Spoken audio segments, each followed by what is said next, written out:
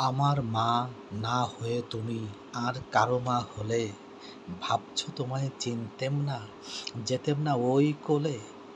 মজা আরও হতো ভারী, দুই জায়গায় থাকতো বাড়ি। আমি থাকতেম এই গায়েতে, তুমি পারের গায়ে। এইখানেতেই দিনের বেলা যা কিছু সব হতো খেলা।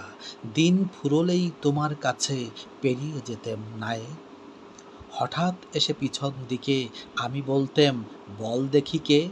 তুমি ভাবতে চেনার মতো, চিনি নে তো তবু।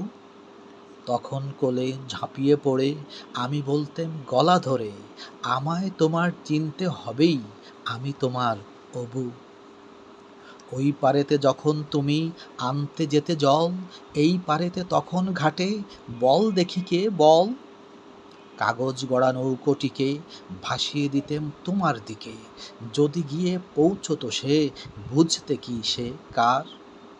সাঁতার আমি শিখিনি যে, নইলে আমি যেতেম নিজে, আমার পারের থেকে আমি যেতেম তোমার পার।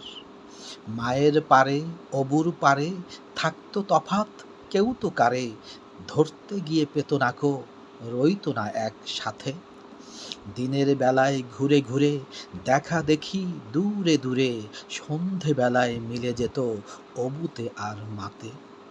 কিন্তু হঠাৎ কোনো দিনে যদি বিপিন মাঝি পার করতে তোমার পারে, নাই হতো মা রাজি। ঘরে তোমার প্রদীপ জেলে, ছাতের পরে মাদুর মেলে বসতে তুমি, পায়ের কাছে বসতো ক্ষান্ত বুড়ি। উঠতো তারা সাত ভাইতে, ডাকতো শেয়াল ধানের খেতে, উড়ো ছায়ার মতো বাদুর কোথায় যেত উড়ি।